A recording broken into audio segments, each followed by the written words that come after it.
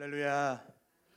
연휴를 보내고 또 수요밤 예배에 참석하신 우리 성도님들 주님의 이름으로 환영하고 또 축복합니다. 우리 이 시간 함께 누가복음의 말씀을 통하여서 믿음의 3요소 동의에 대해서 함께 좀 살펴보도록 하겠습니다. 우리는 지난 시간에 믿음이 갖고 있는 세 가지 요소 중에 첫 번째 지식에 관하여서 함께 로마서 10장의 말씀을 통해 살펴보았습니다.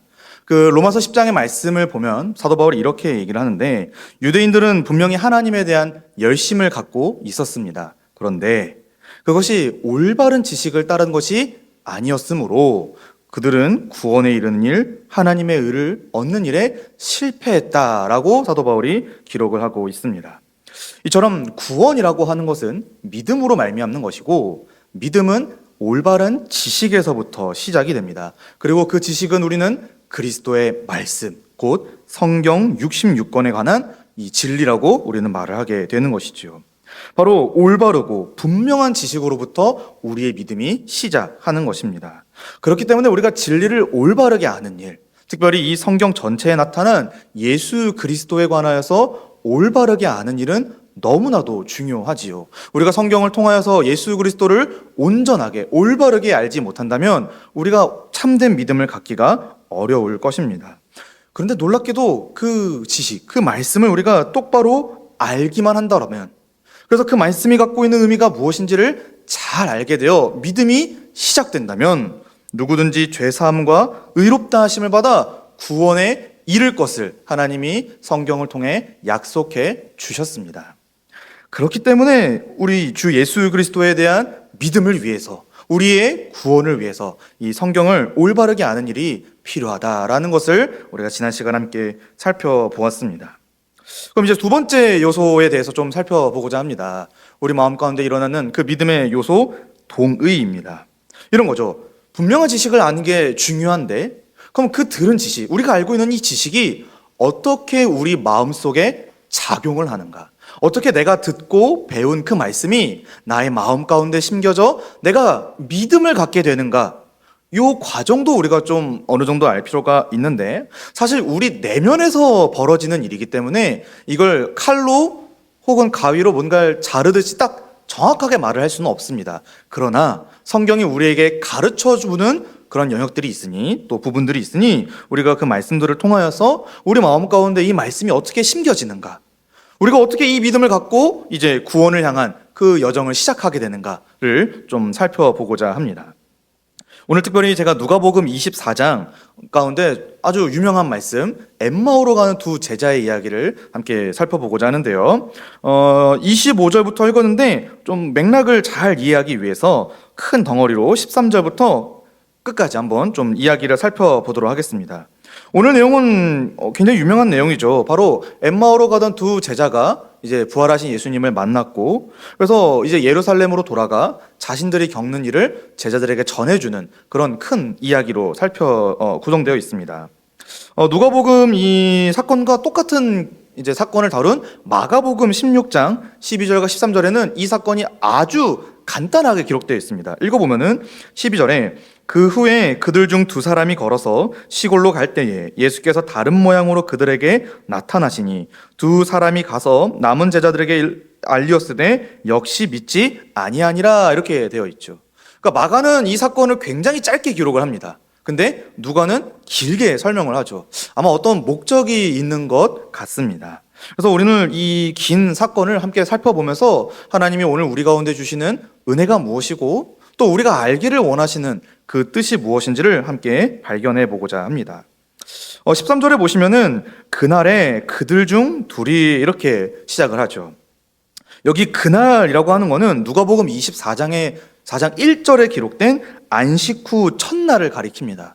조금 더 설명을 해보자면은 예수님이 부활하신 날이고 또 여자들과 베드로가 빈 무덤을 확인한 바로 그날, 이렇게 시작하는 거죠. 그날에 그들 중 둘이 이렇게 되어 있죠. 여기 그들 이렇게 되는 거는 예루살렘에 모여있던 11사도와 및 다른 모든 사람, 24장 9절에 보면 그렇게 기록이 되어 있는데 이 사람들 중에 두 사람이 이렇게 시작하는 겁니다. 그러니까 예수님이 부활하신 날 모여있던 제자들 중 두 사람이 예루살렘에서 25리 되는 엠마오라 하는 마을로 가면서 이 모든 된 일을 서로 이야기한다라고 되어 있습니다. 여기 두 사람에 대한 정보가 사실 많이 등장하지 않죠. 근데 한 명은 우리가 알 수 있습니다. 누구죠? 글로바. 왜 그러냐면은 18절에 그 한 사람인 글로바라 하는 자가 이렇게 나오는 건 보니까 이 두 사람 중 한 명의 이름은 글로바라는 거를 우리가 알 수가 있는데, 뭐 정확한 정보를 주지 않으니 여기서 이제 멈추고요. 어쨌든 지금 현재 두 사람은 예루살렘에서 25리 되는 엠마오라고 하는 마을로 가고 있습니다. 그리고 가면서 예루살렘에서 벌어진 이 모든 된 일을 서로 이야기하고 있지요. 예루살렘과 엠마오 사이의 거리를 지금 성경이 25리 이렇게 표현하고 있는데, 이게 정확한 수치상으로는 11.2km 정도라고 하는데, 예루살렘에서 11.2km 되는 엠마오라고 특정 지을 수 있는 마을이 생각보다 많이 있다고 합니다. 그래서 학자들이 정확하게 여기가 엠마오 마을이다 이렇게 말을 하는 경우를 못 봤는데, 뭐 사실 성경은 그걸 되게 중요하게 여기지 않는 것 같습니다. 중요한 건 지금 이 두 사람이 예루살렘을 떠나서 가고 있다는 게 중요하죠. 그러면서 이 된 일들, 예루살렘에서 된 일들을 말하며 가고 있던 것을 우리가 볼 수가 있습니다. 그러면서 15절에 보니까 그들이 서로 이야기하며 문의할 때에 예수께서 가까이 이르러 그들과 동행하셨다 이렇게 되어 있네요. 부활하신 예수님께서 동행하시게 됩니다. 여기 두 사람이 지금 예루살렘에서 된 모든 일을 서로 이야기하며 문의한다 이렇게 되는데, 다른 번역본들, 그러니까 뭐 우리말 성경이라든지 쉬운 성경이라든지 새번역 성경에 보면은 이걸 어떻게 번역을 하냐면은 이야기를 나누며 토론하다 이렇게 번역합니다. 그러니까 아마 이 두 사람이 예루살렘에서 벌어진 일을 갖고 아주 심도 깊은 대화를 나눈 것 같습니다. 어쨌든 근데 그렇게 진지하게 얘기를 하고 있을 때 예수께서 가까이 이르러 동행하시죠. 이 표현이 되게 특이한데, 이 동행한다라는 게 어떤 의미냐 이렇게 했을 때 예수님이 마치 같이 여행하던 사람인 것 마냥 아주 자연스럽게 두 사람 곁에서 걷고 계시는 장면을 상상하시면 됩니다. 그러니까 아마 이 사람들이 좀 눈치를 잘 못 챈 것 같습니다. 분명 옆에 낯선 사람이 있는데 자기신들과 똑같은 방향을 걷는, 그러니까 우리로 따지면은 어떤 느낌일까 생각했을 때 버스를 같이 타고 가는, 그냥 그 정도의 사람인 것처럼 여겼던 것 같지요. 근데 예수님인 걸 못 알아봤다고 합니다. 왜냐면은 16절에 그들의 눈이 가려져서 이렇게 되어 있죠. 그러니까 지금 옆에 있는 사람이 분명히 예수님이신데, 부활하신 예수님인데 알아보지 못한 거죠. 왜? 눈이 가려졌기 때문에 그렇습니다. 그래서 자신들과 방향이 같은 여행객 정도로 이제 여겼던 것을 우리가 볼 수가 있는데, 여기 이 눈이 가려졌다라고 하는 단어가, 가르다라고 하는 단어가 이제 어떤 것을 진짜 이렇게 눈을 가리는, 요런 가리다가 아니라 그들의 의식과 생각이 변하지 않은 상태, 고정되어 있는 의식, 생각의 수준, 이런 것들을 의미한다고 하죠.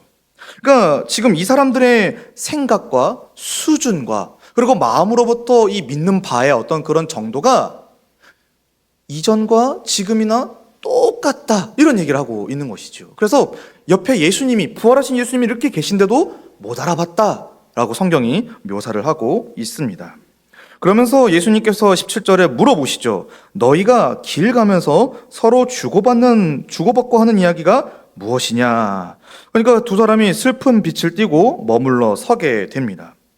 당연히 예수님이 그 두 사람이 하는 얘기를 모르셨을까요?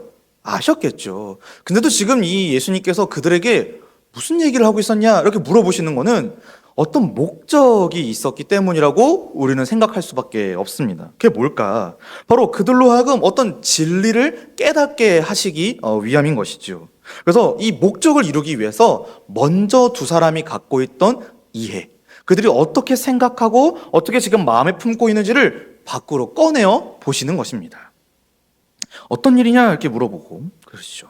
그러자 18절에 그 한 사람인 글로바가, 주인공이 나오네요. 글로바라는 자가 대답하여 이르되 당신이 예루살렘에 체류하면서도 요즘 거기서 된 일을 혼자만 알지 못하느냐 하니까 예수님이 19절에 이르시되 무슨 일이냐 이렇게 대화를 하죠. 저는 성경을 읽으면서 이 장면이 굉장히 이상했습니다. 그리고 되게 무례하다라는 생각도 좀 들었고요. 한번 상상해 보십시오. 옆에 예수님이 계십니다. 예수님이 물어보세요. 무슨 얘기를 하고 있었니? 그러면은 좀 친절하게 대답해 줄 법도 하지 않습니까? 근데 이 두 사람 중 글로바는 약간 꾸짖듯이 예루살렘에 체류하면서도 요즘 거기서 된 일을 혼자만 알지 못하느냐 이렇게 얘기하고 있지 않습니까? 그러니까 이런 거죠. 아니 이것도 몰라요 당신? 약간 이런 느낌인 거죠. 저는 읽으면서 성경이 되게 무례하다. 이 사람들은 도대체 예수님인 줄을 아무리 몰랐다고 하지만 좀 낯선 사람에게 좀 친절하게 대답할 수 있지 않나? 뭐 이런 생각을 좀 해봤는데요. 어쨌거나 지금 예수님께서 물어보십니다. 무슨 일이냐? 하니까 이 글로바라고 하는 사람이 이제 19절 뒤편부터 쭉 자신들이 이제 나누던 이야기, 특별히 예루살렘에서 벌어졌던 일이 무엇인지를 설명하는 것을 보게 됩니다. 당연히 이 사람들이 얘기하는 거는 누가복음 1장부터 나타났던 큰 이야기일 거고, 조금 좁혀서 말을 해본다면은 누가복음 22장 1절부터 24장 12절까지 벌어진 그 예루살렘에서 벌어진 일을 말을 하는 것입니다. 크게 두 가지로 좀 생각을 해볼 수가 있습니다. 19절부터 20절까지는 이 예수님의 죽음에 관하여서 설명을 합니다. 나사렛 예수는, 제가 이제 좀 설명을 해보자면은, 나사렛 예수는 하나님과 모든 백성 앞에서 말과 일에 능한 선지자였는데, 우리 대제사장들과 관리들에 의해 사형 판결에 넘겨져 십자가에 못 박혔다. 이 얘기를 하나 꺼내고요. 두 번째로 21절부터 24절에는 예수님의 부활에 관한 이야기를 소개를 합니다. 그래서 나사렛 예수는 그러니까 이스라엘을 속량할 자였는데, 근데 이 사람이 죽은 지가 지금 사흘째인데 어떤 여자들이 놀라운 소식을 전했다라고 하는 것이죠. 바로 그들이 새벽에 무덤에 갔다가 그 시체는 보지 못하고 와서는 예수님이 살아났다라고 말을 하더라라고 하는 것이죠.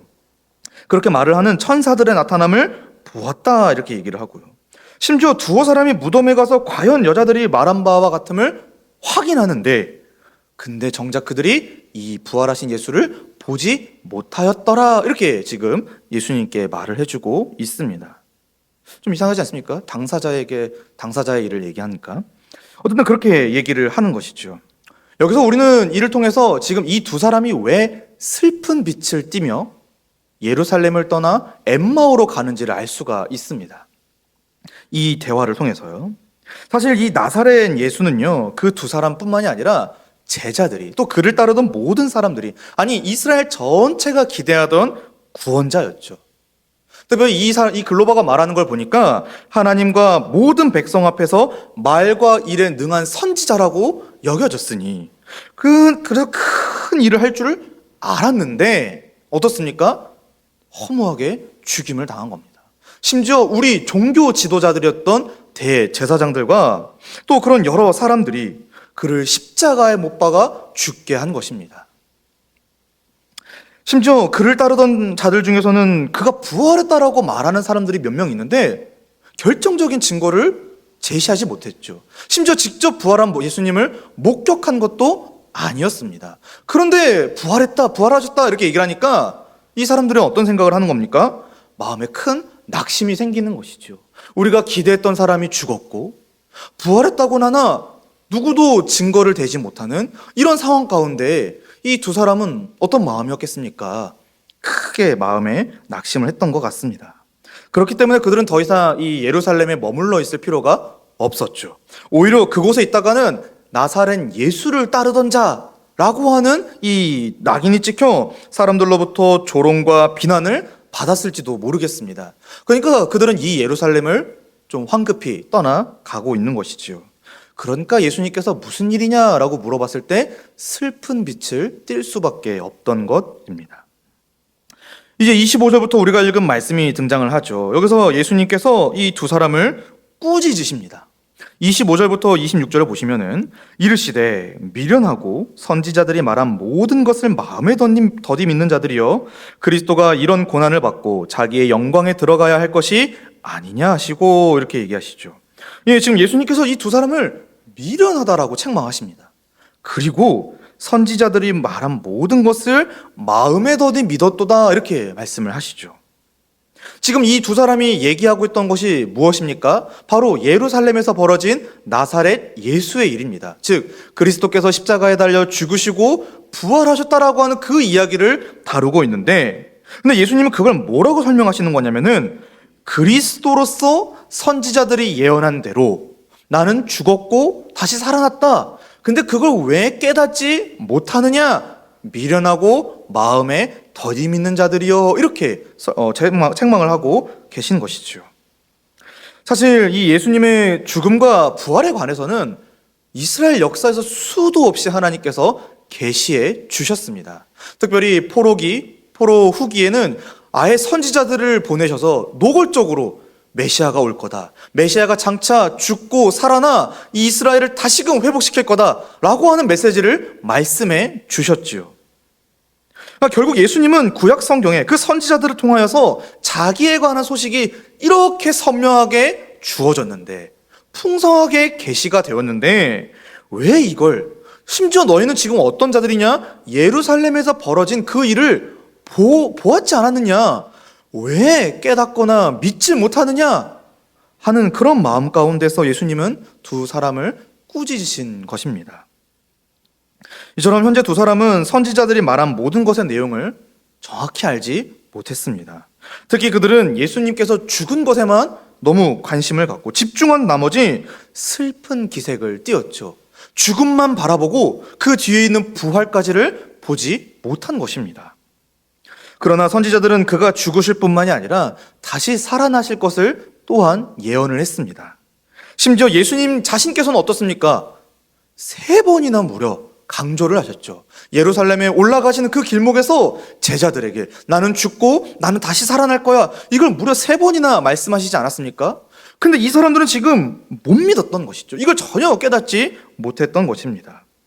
따라서 이 두 사람의 원래 정상적인 반응은 무엇이어야 할까 생각했을 때, 그리스도로 인해 선지자의 예언이 다 성취가 된 줄로 알고 기뻐하고 이제 예루살렘에 머물며 부활하신 예수님을 만나게 될 것을 기대하며 기다리고 있던 것이 원래 그 두 사람이 가져야 할 정상적인 반응이었던 것이죠. 근데 이들이 어떻습니까? 슬픈 기색을 띠며 예루살렘을 떠나 엠마오로 가고 있던 것입니다.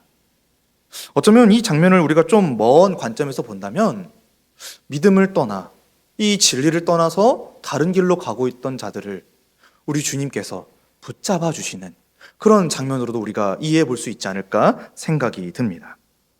어쨌거나 그렇게 꾸짖으시고 예수님께서는 그러고 27절에 모세와 모든 선지자의 글로 시작하여 모든 성경에 쓴 바 자기에 관한 것을 자세히 설명해 주시게 됩니다. 미련하고 마음에 더디 믿는 이 두 사람을 위하여 예수님께서 은혜를 베풀어 주시는 것이지요.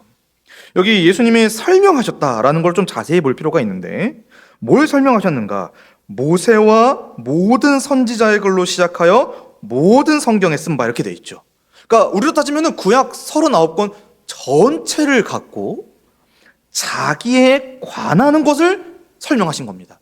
그러니까 구약 성경 39권을 예수님을 중심으로 이해하고 설명하고 해석해 주시는, 그래서 자세히 설명해 주시는 것을 우리는 27절에서 볼 수가 있지요.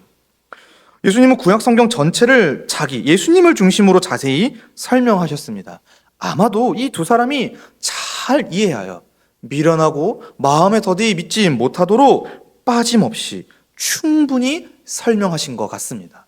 그래서 저는 이 대목이 예수님이 하시는 강해 설교 같다, 이렇게 느껴지는데요. 그러니까 예수님께서 빠짐없이 예수님에 관하여서 성경을 갖고 설명해 주십니다.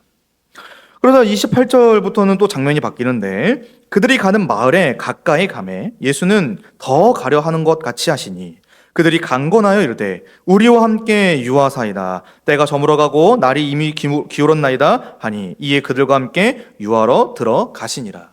이제 엠마오로 가던 길목에서 어떤 마을, 그들이 가고자 했던 그 마을에 이제 도착을 합니다. 그리고 그곳에서 예수님과 함께 머물게 되지요. 30절에 보시면은 이제 예수님께서 그들과 함께 음식을 잡수시는데, 그러니까 식사를 하시는데 떡을 가지사 축사하시고 떼어 그들에게 주십니다. 여러분, 이 장면을 보면 뭐가 떠오르지 않으십니까? 유월절 만찬이 떠오르죠.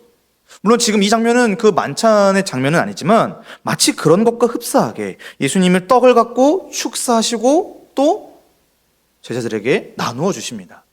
이 장면이 유월절 만찬뿐만 아니라 하나 더, 오병이어 사건하고도 매우 장면이 비슷합니다. 그때도 예수님께서 하늘을 우러러 축사하시고 음식을 나누어 주시죠. 어쨌거나 예수님께서 떡을 가지고 축사하여 떼어 나눠주시니 나타난 결과가 무엇입니까? 31절에 그들의 눈이 밝아져 그인 줄을 알아보더니 이렇게 되어 있죠. 그러니까 여기서 지금 밝아지다 이렇게 설명하는데 이건 앞에 나왔던 눈이 가려졌다와 아주 정반대되는 상태입니다. 지금 예수님을 만나기 전에는 눈이 가려져 있었는데 예수님을 만나고 나서는 눈이 가려져 예수님을 알아보게 된 것이지요. 바로 예수님으로 인해서 그들의 상태가 변화되었던 것을 우리는 확인하게 됩니다. 이제 예수님은 두 사람은 그 자신들과 함께하던 사람이 예수님이라는 것을 알게 되었습니다. 근데 31절 끝에 보시면은 예수는 그들에게 보이지 아니하시는지라. 그러니까 예수님이 떡을 떼어주시고 그들이 먹고 예수님이셨구나 하고 깨닫니까 앞에 사라져 있는 겁니다. 아주 좀 신비한 경험을 한 거죠. 이 일로 인해서 어떤 사람들은 지금 이 두 사람이 식사하던 중에 그냥 잠깐 환상을 본 거다 뭐 이렇게 얘기를 하시는 분들도 있는데 그렇게 보기는 좀 어려울 것 같습니다. 두 사람은 분명히 살아계신 부활하신 예수님을 만났습니다. 그리고 그분과 함께 식사를 했지요. 만약 이게 환상이었다면 예수님은 그들과 함께 먹고 마시지 못했을 겁니다. 나중에 이 예수님께서 누가복음 24장 42절과 43절에 제자들 앞에서 생선 한 토막을 드시는 장면이 나오기도 하는데 아마 이들은 진짜 살아계신 예수님을 만난 것 같습니다. 어쨌거나 지금 이 장면에서 중요한 건 뭐냐면은 두 사람이 예수님으로 인해서 눈이 밝아졌다라고 하는 겁니다. 예수님을 만나 눈이 밝아져 예수님을 알아보게 되는 것이지요. 은혜가 그들의 눈을 뜨게 만든 것입니다. 이제 장면이 마무리가 됩니다. 32절에 보시면은 그들이 서로 말하되 길에서 우리에게 말씀하시고 우리에게 성경을 풀어주실 때에 우리 속에서 마음이 뜨겁지 아니하더냐 이렇게 얘기를 하죠. 지금 사라지신 예수님을 뒤로 한 채 이 두 사람이 무슨 대화를 나눕니까? 자신들에게서 어떤 이상한 상태가 느껴지는 것을 서로 말하고 있지요. 우리 속에 마음이 뜨겁지 아니하더냐. 이걸 약간 좀 이제 부드럽게 번역을 해보자면은 우리 속에서부터 마음이 뜨거워지는 거 너도 느꼈지 않았어? 이렇게 설명하는 거죠. 나도 지금 마음이 뭔가 뜨거워졌는데 너도 그래? 나도 그래. 이렇게 말을 하고 있는 겁니다. 이 뜨거워지다라는 게 어떤 상태인가? 그냥 우리 가스불 켜듯이 그 정도 뜨거운 게 아니라 여러분 혹시 제철소에 그 용광로 같은 거 보셨습니까? 불일 듯이 막 끌어오는 겁니다. 정말 활활 타오르는 그 상태를 이 두 사람이 지금 느꼈다고 서로 말하며 얘기하고 있는 것이지요. 근데 이들이 이 상태를 왜 지금 경험했습니까? 앞에 사건들과 연결을 시켰을 때 바로 예수님께서 길에서 말씀하여 주시고 성경을 풀어주셨기 때문에 그리고 떼어주신 그 떡을 먹으니 그들의 마음이 뜨거워졌던 것입니다. 바로 예수님이 전해주신 이 분명한 지식으로 말미암아 그들 마음 가운데 뜨거움이 생겨난 것이지요. 그리고 이제 그 사람은 곧 그때로 일어나 33절에 보시면 예루살렘에 돌아가 11 제자와 또 그들과 함께한 자들이 모여 있어 그들에게 말을 하기 시작합니다.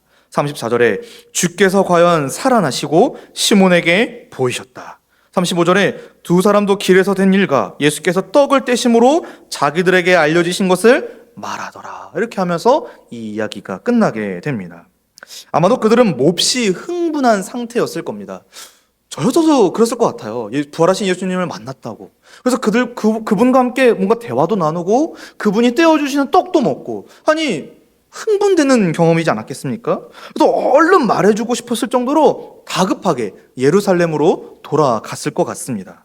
그만큼 지금 예수님과 함께하며 경험한 일들, 특별히 그들이 예수님으로부터 모든 성경에 대해서 설명을 들었던 그 모든 것들이 마음을 타오르게 만들었고 이제 이 마음을 멈출 수가 없어서 예루살렘으로 돌아가 제자들에게 또 그들과 함께한 자들에게 전하게 되는 것입니다. 이처럼 분명한 지식이 그 마음 가운데 뜨거움을 불러일으켰고 그들로 하여금 움직이게 만들었다라는 것을 우리는 본문을 통해서 알 수 있게 되는 것입니다. 이제 이 말씀을 하나님의 말씀 가운데 오늘 우리에게 주시는 하나님의 말씀으로 우리가 함께 살피며 이해하고 또 적용해 보기를 원합니다. 오늘 이 말씀을 아주 간략하게 더 정리를 해보자면은 지금 예수님께서 어떤 일을 하셨습니까? 바로 엠마오로 가던 두 사람과 함께 하시며 그들의 가려진 눈을 밝혀주시는 것을 오늘 우리는 보게 됩니다. 분명히 이 두 사람은 예루살렘에서 벌어진 일, 그러니까 나사렛 예수의 그 죽음과 그 부활로 인해서, 그 소식으로 인해서 매우 슬픈 빛을 띠고 엠마오로 향하고 있었습니다. 왜냐하면 그들이 심지어 자기들과 동행하고 있던 예수님도 알아보지 못하였지요. 왜 그러냐 했을 때 성경은 그들의 눈이 가려졌으므로 이 된 일들을 이해하고 깨닫고 믿지 못하였다라고 평가하고 있습니다.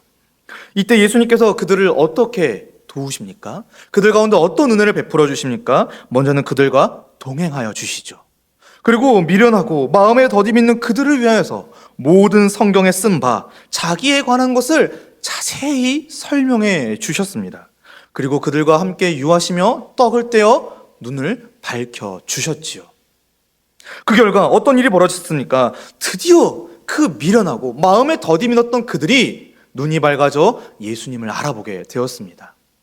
예수님이 성경을 풀어주신 것 때문에 그 속에서 마음이 뜨거워지는 것을 경험하게 되었죠. 그리고 예루살렘으로 돌아가 그 모여있던 자들에게 자신들이 경험했던 그 예수 그리스도의 은혜를 전하기 시작한 것을 우리는 보게 됩니다. 사랑하는 성도 여러분, 예수님께서 오늘 우리에게도 동일한 은혜를 주시는 줄로 믿습니다. 어떤 은혜입니까? 바로 미련하고 마음에 더디 믿어 정말 눈이 가려져 있는 우리도 예수님께서 눈을 밝혀주셔서 그 예수님을 밝히 알아보도록 그분을 마음으로부터 믿어 깨달아 인정하며 그분을 따라 순종할 수 있도록 우리를 바꾸어 주신다라고 하는 것을 이 본문을 통하여 꼭 발견해야겠습니다. 예루살렘을 떠나 슬픈 빛을 띠며 엠마오로 가던 두 사람은 흡사 오늘 우리와 같지 않습니까? 두 사람은 이 나사렛 예수라고 하는 인물을 통해서 대대적인 변화와 어떤 그런 혁명, 21절에 보니까 이스라엘의 속량 이렇게 말할 정도로 이 국가적 차원에서 대단한 일이 벌어질 줄로 알고 기대했는데, 근데 정작 그들이 마주한 현실은 무엇이었습니까? 죽음이었죠. 또 부활했다라고 하는 소식이 들리나 명확한 증거와 증인이 없어 전혀 받아들일 수 없는 그런 절망 가운데 그들이 있지 않았습니까? 그래서 그들이 내린 선택은 무엇이었습니까? 예루살렘을 떠나 엠마오로 가는 거였습니다. 사실 오늘 우리도 그럴 수가 있는 것이죠. 예수 그리스도를 믿으면, 정말 주님을 내 마음 가운데 영접하면 내 삶에 대대적인 기적이 일어날 줄로 기대하는데, 어떤 변화가 일어날 줄로 내가 생각이 드는데, 정작 우리가 마주하는 건 뭐죠? 예수님을 믿었다고 해서 우리 삶 가운데 평안한 일들만 있습니까? 아니요. 때로는 고난도 있고요, 때로는 괴로운 일도 있고요, 때로는 조롱도 있지 않습니까? 심지어 성경이 정말 말하는 이 은혜와 평강이 눈에 보이지 않는 것처럼 여겨져서 우리도 이 두 제자와 같이 예루살렘을 떠나 믿음의 자리를 떠나 엠마오로 가지 않습니까? 우리 성도님들 경험 가운데 이 두 사람처럼 슬픈 빛을 띠며 낙심한 경험이 있지 않으십니까? 바로 그때에 우리 주 예수 그리스도의 은혜를 우리는 생각해 보는 것이지요. 성경은 이러한 우리의 상태를 눈이 가려져 미련하고 마음에 더디 믿는 것이다 라고 진단합니다. 이 상태는 불신자뿐만이 아니라 신자인 우리에게서도 얼마든지 나타날 수가 있는 것이지요. 그렇다면 오늘 우리의 눈을 가리고 우리로 하여금 미련하고 마음에 더디 믿게 하는 요인들은 무엇이 있을까요? 사실 성경이 말하는 은혜와 평강은 진짜입니다. 성경은 우리의 현실이죠. 근데 현대에 우리가 속한 이 사회와 그 모든 이 흐름들은 성경을 허구의 것으로 만듭니다. 발달한 과학과 문화 등을 사용하여서 이 성경의 권위와 가치를 의심하게 만들고, 그래서 그것을 전혀 기대하거나 의지하지 못하도록 우리를 유혹하고 있는 것이 바로 우리가 살아가고 있는 이 사회의 흐름인 것입니다. 대표적으로 예수님을 그저 역사 속에 등장했던 위대한 인간 정도로 취급하는 그런 인본주의적인 해석도 우리가 예로 들 수가 있을 것 같습니다. 혹은 과학이라는 것을 통하여서 진화론이라고 하는 과학 이론을 갖고 성경을 설명하려는 위험한 시도도 우리 가운데 벌어지고 있지요. 그 결과 사람들은 성경을 더 이상 신뢰하지 않습니다. 신자인 우리마저도 슬픈 기색을 띠며 엠마오로 내려가는 것이지요. 고린도후서 4장 4절에 이런 말씀이 있습니다. 그 중에 이 세상의 신이 믿지 아니하는 자들의 마음을 혼미하게 하여 그리스도의 영광의 복음의 광채가 비치지 못하게 함이니. 그러니까 우리가 살아가는 이 사회가 지금 어떤 자의 악한 세력의 도전에, 위협에 노출되어 있고, 우리가 그것에 영향을 받아 우리 역시도 슬픈 빛을 띠고 엠마오로 갈 수 있다라고 하는 것이죠. 그때에 예수님께서 우리를 내버려 두지 않으십니다. 우리가 그 슬픈 빛을 띠고 믿음의 자리를 떠나 엠마오로 가고 있을 때 이 두 사람에게 동행하여 주셨듯이 우리 주 예수님께서는 우리와도 여전히 동행해 주십니다. 그리고 다시 예루살렘으로 돌아가 예수님이 준비하신 부활의 생명, 영원한 안식을 소망하며 쫓으며 살아갈 수 있도록 도와주신다라고 하는 것이지요. 바로 눈이 가려져서 미련하여 마음에 선입 있는 우리를 우리 주 예수 그리스도께서 도와주신다라고 하는 사실을 믿으시기 바랍니다. 예수님은 엠마오로 가던 두 사람과 동행하셨고 그들의 상태를 지적하셨으나 곧이어 어떤 일을 하셨습니까? 성경을 풀어 자세히 설명해 주셨죠. 27절에 자세히 설명하시니라.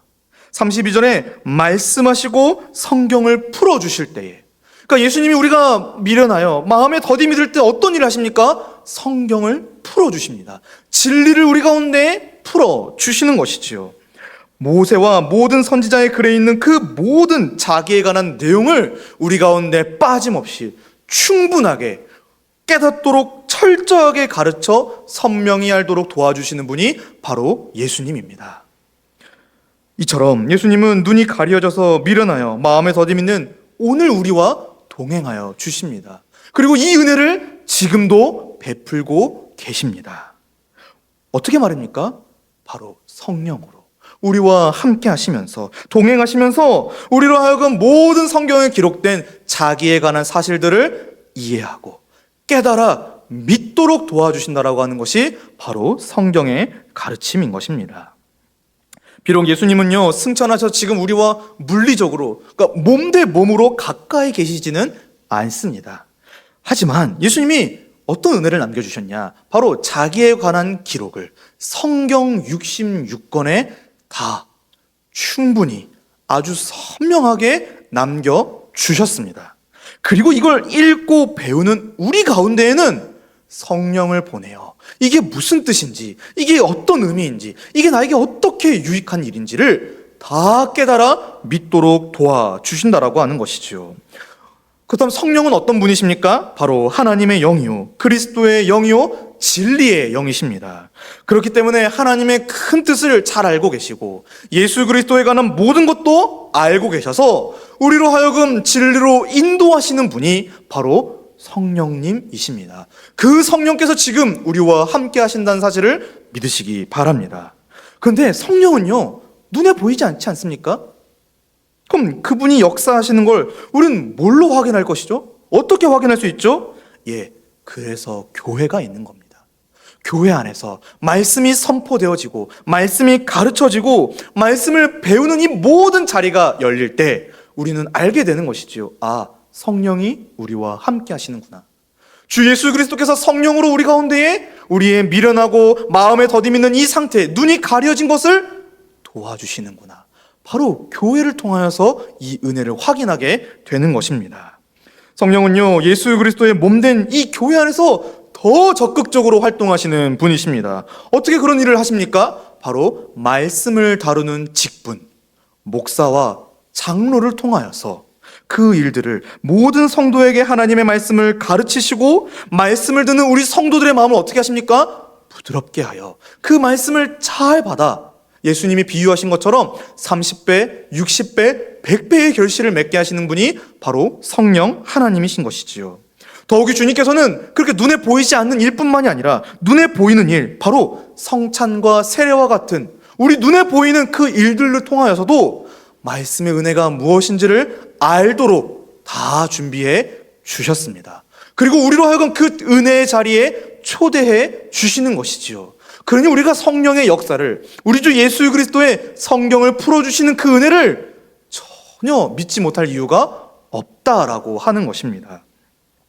그 결과 오늘 우리에게 어떤 반응이 벌어집니까? 우리 가운데 어떤 일이 벌어지죠? 바로 이 두 사람처럼 예수님의 은혜로 말미암아 우리 속에서부터 마음의 뜨거움이 생겨 이제 그를 전하기 시작합니다. 두 사람은 예수님으로 인해 그분의 성경 해석을 통해 마음이 뜨거워지는 것을 경험했습니다. 그들의 마음이 뜨거워진 동기는 무엇입니까? 예수님이 풀어 자세히 설명해 주신 것이었죠. 현 시대에 수많은 성도가 믿음을 포기하는 이유가 뭘까? 물론 여러 가지가 있을 수 있겠지만 본질적으로 하나님의 말씀에 대한 확신이 견고하지 못하기 때문이라고 우리는 생각해야 할 것입니다. 그리고 이러한 연약함은 바로 성경에 대한 자세하고 충분한 설명이 없을 때 얼마든지 벌어질 수가 있는 것이지요. 이런 거죠. 이걸 내가 왜 믿어야 되는 거죠? 여기에 대해서 성경을 갖고 우리가 충분히 이해하고 설득하지 못한다면 우리는 얼마든지 이 두 제자와 같이 슬픈 기색을 띠며 엠마오로 갈 수가 있습니다. 반면에 진리가 분명하게, 아주 선명하게, 아주 충분하게 설명되면 마음에 큰 변화가 일어난다는 것을 믿으시기 바랍니다. 마음의 뜨거움이 정말 분명한 진리가 일으키는 놀라운 결과라는 것을 믿으시기 바랍니다. 이건 단지 감정적인 변화가 아니라 우리의 전인격적인 동의, 그 말씀에 우리 자신이 설득당하는 겁니다. 말씀이 우리로 하여금 끌려가게끔 우리 자신을 말씀에 내어 드리는 것이지요. 분명한 지식이 우리를 그렇게 만드는 것입니다. 바로 이 일을 우리 주 예수 그리스도의 영이신 성령이 하신다는 것을 믿으시기 바랍니다. 성령께서 우리로 하여금 끊임없이 설득하십니다. 우리 속에서 이게 진리라고, 이걸 믿어야 생명을 누린다고, 이 생명의 가치가 너무 좋은 거라고 성령께서 끊임없이 설득하여 주십니다. 말씀의 내용과 의미가 무엇인지, 이걸 왜 믿어야 되는지를 상세히 설명하시니, 특히 이 교회 안에서 말씀을 맡은 직분자들을 통하여서 설명해 주시니 우리는 끄덕이며 그 말씀에 따라가는 것이지요. 이게 바로 우리 가운데 벌어지는 신비한 일입니다. 이걸 믿어야 하는 것입니다. 그렇게 분명한 지식은 우리 마음속에 뜨거움, 동의, 정말 그 신비한 일을 우리 가운데 불러 일으킵니다. 그리고 이러한 내면의 변화는 이 두 사람과 같이 외적으로 표현되는데, 이건 다음 시간에 함께 자세히 다뤄보도록 하겠습니다. 적용을 하며 마치도록 하겠습니다. 사랑하는 성도 여러분, 오늘 이 하나님의 말씀을 오늘 우리에게 어떻게 적용하겠습니까? 하나님이 이렇게 큰 뜻을 우리에게 가르쳐 주시는데 우린 어떻게 이 말씀에 반응해야겠습니까? 첫 번째로 예수님이 베푸시는 은혜를 믿고 기대하며 우리가 눈이 가려져 미련하고 마음에 더디 믿지 않기 위해 여러분 성경을 부지런히 읽고 배워야겠습니다. 오늘 우리도 두 사람과 마찬가지로 눈이 가려질 수 있습니다. 근심할 수 있고 슬픈 빛을 띌 수가 있습니다. 그래서 성경이 말하는 것을 있는 그대로 받아들이지 못할지도 모르겠습니다. 그럴 때마다 우리 다시 한번 성경으로 돌아가야 합니다. 특별히 우리와 함께 하시는 주 예수 그리스도의 영이신 성령의 역사를 기대하며 이 말씀을 끝까지 붙잡아야겠습니다. 말씀이 현실이고 말씀의 은혜가 진짜라는 것을 믿고, 또 우리가 속여나 이 마음이 무뎌졌을 때에도 성령께서 우리의 마음을 부드럽게 하여 이 말씀을 받아들일 수 있도록 도와주신다는 것을 기대하며 성경을 끝까지 읽고 배워야겠습니다. 두 번째로 우리는 어떤 또 반응을 보여야 될까? 말씀 앞에 바로 이제는 이 성령이 우리를 설득하셨으므로 이제 우리와 함께 하시는 성령을 믿고 여전히 눈이 가려져 있는 자들에게 다가가 성령이 일하실 수 있도록 도와야겠습니다. 바로 전도를 해야 하는 것이지요. 이 시대의 사람들은 죄로 인해 눈이 가려져 있습니다. 생명의 진리가 이렇게 가까이 있는데, 우리에게 이렇게 주어졌는데도 전혀 깨닫지도 받아들이지도 않고 있죠. 가장 안타까운 건 뭐냐면은 이걸 조금도 깨닫지 못한 채 함께 사망으로 가고 있다라고 하는 겁니다. 여기서 예수님의 은혜를 우리가 누려야 되지 않겠습니까? 바로 예수님께서 성령으로 우리와 함께 하셨듯이 이제 우리가 그들과 함께하며 성령의 역사를 기대하며 그들에게 성경을 풀어 자세히 설명해 주는 것입니다. 그들이 이 말씀을 믿을 수 있도록, 그들이 이 말씀에 순종할 수 있도록, 이 말씀에 설득될 수 있도록 우리가 성경의 진리를 풀어 자세히 설명하여 눈이 밝아질 수 있도록 도와주는 것이지요. 바로 예수님은, 또 성령님은 그렇게 믿고 기대하는 우리를 통하여 반드시 전도하실 줄로 믿습니다. 그러니 우리는 이런 생각을 버려야 됩니다. 저 사람이 과연 믿겠어? 버리십시오. 두 사람도 예수님이 설득하셨고, 아니 성령을 보내어 우리도 설득하지 않았습니까? 근데 왜 성령님이 저 사람은 설득 못할 거라고 우리는 함부로 단정 짓습니까? 그런 일 없습니다. 성령은 오늘 우리도 설득하시고 그 사람도 설득하십니다. 이걸 믿으시기 바랍니다. 아무쪼록 사랑하는 성도 여러분, 성경의 진리는 너무나도 분명하고 충분하여 우리 마음속에 뜨거운 이 강력한 동의를 불러일으킨다는 사실을 믿으시고, 또 이 성경을 분명하게 이해할 때 우리 속에 믿음이 생기는 줄로 믿으시고, 그래서 함께 하나님의 말씀을 듣고 배우는 일에 힘쓰는 우리 동산교회가 되기를 주님의 이름으로 간절히 축복합니다. 하나님 아버지 감사합니다. 오늘 이 누가복음의 말씀을 통하여서 하나님이 우리 가운데 주시는 귀한 선물, 믿음에 관하여 알아보게 하시니 감사합니다. 분명한 진리가 선포될 때마다 성령께서 우리 마음 가운데에 우리를 진리에 설득되도록 도우신다라고 하는 이 사실을 굳게 믿고, 우리가 눈이 가려져 미련하고 마음에 더디 믿을 때에도 성령님을 의지하여 말씀을 보게 하시고, 또 눈이 가려진 자들에게 이 성경의 진리를 자세히 풀어 설명함으로써 모두가 함께 구원의 은혜를 누리는 하나님 축복을 우리 가운데 더하여 주시옵소서. 감사드리며 예수님의 이름으로 기도합니다. 아멘.